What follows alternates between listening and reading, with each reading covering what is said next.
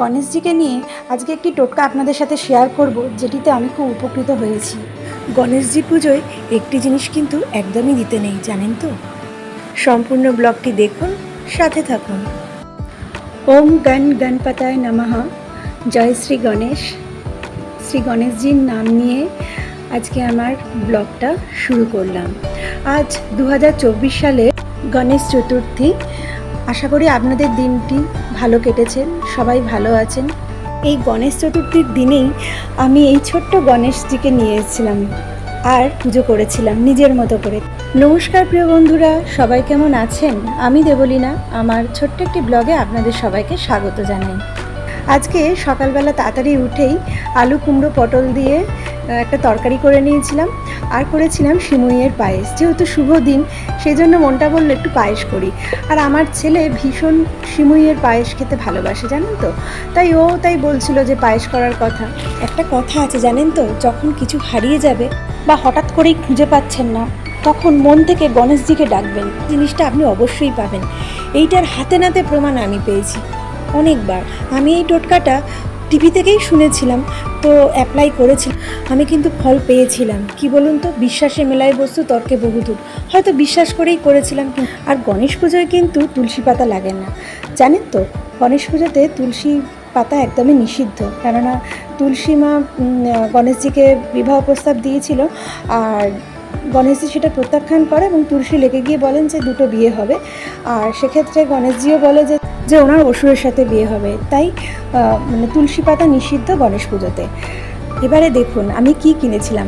গতকাল আপনাদের সাথে গল্প করেছিলাম না যে সোনার দোকানে গিয়ে আমি একটি জিনিস কিনেছিলাম গণেশজির জন্য। তো এই রূপোর স্বস্তিকটাই আমি কিনে এনেছিলাম। আমার এটা পুজোর স্থানে থাকে গণেশজির সামনে, তবে কোনোভাবে ফুলের সাথে না ওটা পড়ে যায়, জানেন তো। তো মনটা খুবই অস্থির ছিল, খারাপ ছিল। তো এই গণেশ চতুর্থীতে আমি ওটি আবার কিনে নিয়ে আসি। তার সাথে আমি লাড্ডু দিয়েছিলাম, 21টা দুর্বা দিয়েছিলাম, আর লাল জবা, লাল চন্দন, মেটে সিঁদুর, ঘিয়ের প্রদীপ, এইভাবেই আমি পুজো করেছিলাম। তো মন থেকে যেভাবে পারি সেইভাবেই পুজো করি। আর ভগবানকে বলেই দিই, ভুল ত্রুটি হলে একটু ক্ষমা টমা করে দিও।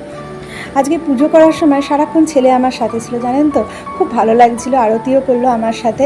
আর তারপর আমরা দুজনে মিলে বললাম যে চল আজকে আমরা মেঝেতে বসে খাবো। বলে আসন পেতে মেঝেতে বসে আমরা খেলাম। আর এর সাথে নিয়েছিলাম হচ্ছে ওই যা রান্না করেছিলাম আর কি, গোবিন্দভোগ চালের খিচুড়ি আর ওই তরকারি, আর একটু পায়েস ওকে আমি দিয়েছিলাম খেয়ে উঠে। আর লাড্ডুও খেয়েছিল তার আগে। তো এইভাবেই বেশ ভালো লাগছিলো। আর ওর না দাঁতটা পড়ে গেছে, বুঝলেন তো। ও খুব ওই জন্য একদম তাকাচ্ছিল। এইভাবে খাওয়া দাওয়ার পর্ব কমপ্লিট হওয়ার পরে আচ্ছা এই যে ড্রেসটা দেখছেন, এটা ওর খেলার ড্রেস। ও এইভাবেই খেতে বসে পড়েছিল। চলুন আমরা বেরিয়ে পড়েছিলাম, সেটাই দেখাই কোথায় গেলাম। ওই খেলতে গেছিলো, ওখানেই গিয়েছিলাম। বাঁদিকে যে রাস্তাটা দেখছেন না, এই রাস্তা দিয়েই কিন্তু আমরা সেদিনকে ওই ফলতায় গিয়েছিলাম। কি সুন্দর ছিল না রাস্তাটা। আর আজকে আমরা একদম পুরো সোজাসুজি যাচ্ছি। চলুন তাহলে কিছুটা রাস্তা যাই আর গল্প করি আপনাদের সাথে। কেমন লাগছে দেখুন জায়গাটা, কি সুন্দর না। তো আমি যেভাবে পুজো করেছিলাম, পুজোটা শুনে কি মনে হলো, ঠিকঠাক করেছিলাম তো? জানাবেন আমাকে। হ্যাঁ, ঋদ্ধি সিদ্ধিও কিন্তু করেছিলাম, তবে সেটা আমার সেই বন্ধুর কথাই। সে আমার খুব কাছের বন্ধু, জানেন তো। আমাকে ঠিকমতো গাইড করেছিল, তো তাকেও আমি থ্যাঙ্কস জানাই। তো এইভাবে অনেকটা রাস্তা যাওয়ার পর সামনের রাস্তাটা যেটা সোজা, সেটা কাশীপুরের দিকে চলে গেছে, যেটা আমরা আগের দিন গিয়েছিলাম।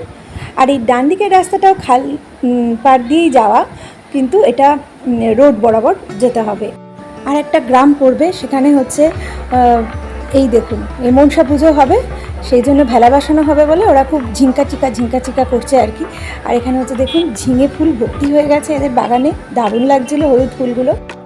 আর এই যে দেখছেন, এটা হচ্ছে পরীক্ষা, মানে এখানে একটা ব্রিটিশ আমলের যে কেল্লা আছে, সেই কেল্লার চারধারে যে পরীক্ষা থাকে, সেটাই আমি কভার করছিলাম আপনাদের সাথে দেখাবো বলে। আর ওই দিকে গেলে, মানে বাঁ সাইডে গেলে হচ্ছে আবার ফলতাতে চলে যাওয়া যাবে, মানে ফলতার নদীর ধারে যাওয়া যাবে। আর আজকে আমরা এই রাস্তা ধরে ছেলের খেলার মাঠে যাচ্ছিলাম। আগের দিন আমরা নদীর ধার দিয়ে গিয়েছিলাম বলে ওই রাস্তাটা দেখিয়েছিলাম। আর এই রাস্তাটা সোজা চলে গেছে সেই একই, মানে ফলতা বাস স্ট্যান্ড হয়ে একদম সেই সরারহাট, মানে শ্যামসুন্দরপুরের ওদিকেও যাওয়া যাবে, আবার মানে সরারহাটের দিকেও যাওয়া যাবে। তো এইভাবে এখানে খুব মানে গুলতানি করা আছে রাস্তাঘাট মানে বিভিন্ন একই জায়গায় বিভিন্ন দিক দিয়ে যাওয়া যায়। তো এটাই আমি আপনাদেরকে দেখাচ্ছি। এখানে ইলিশ মাছ খুব ভালো পাওয়া যায়, ফলতার ইলিশের খুব ভালো নামও আছে। তো আপনাদের সাথে আমি পরে শেয়ার করব, মানে আজকে সেরকম ইলিশ মাছ বসেনি বলে। তো ছেলেকে নিয়ে যাচ্ছিলাম যখন, তখন এরকমভাবে আবার মানে ভেলা বাসনের জন্য ওরা খুব উত্তেজিত, মানে বিশাল বড় বক্স নিয়ে এসছে, সেখানে খুব ঝিঙ্কাচিকা করে মানে নাচ করছে, আর হার্টবিট মানে আমাদের ধপাস ধপাস করে হচ্ছে।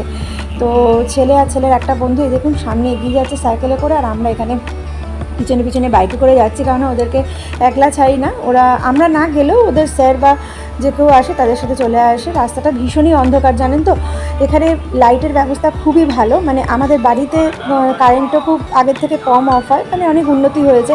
বাট এখানে যে রাস্তাটা এটা কিন্তু পুরো সেক্টর এরিয়া পর্যন্ত গেছে, কিন্তু এখানে কোনো মানে ল্যাম্প পোস্ট নেই। এগুলো পুজোর জন্য দিয়েছে আর কি, কিন্তু এখানে কোনো ল্যাম্প পোস্ট নেই। তাই এখানে যারা যাতায়াত করে সবাই সাইকেলে আলো দিয়ে যাতায়াত করে। অনেক মেয়েরা এখানে কাজ করতে আসে, তো এখানে আমাদের সেক্টরে কাজ হয়। আর তারপরে ঘরে এসে আমি এই সন্ধ্যা দিলাম, সন্ধ্যা আরতি দিয়ে তারপরে ঘুগনি বানালাম আর লুচি বানিয়েছিলাম। এইভাবেই কেটেছিল সারাটা দিন, বেশ ভালোই কেটেছিল গণেশজির আরাধনার সাথে। আমার ব্লগ ভালো লাগলে সাবস্ক্রাইব করে বেল আইকনটি প্রেস করে নেবেন। সমস্ত দুঃখ কেটে যাক, সবাই খুব ভালো থাকুক, সবাই খুব ভালো থাকবেন। আজকে আসি, এই পর্যন্তই রইল। গণপতি বাপ্পা মোরিয়া, মঙ্গল মূর্তি মোরিয়া। জয় শ্রী গণেশ। টাটা।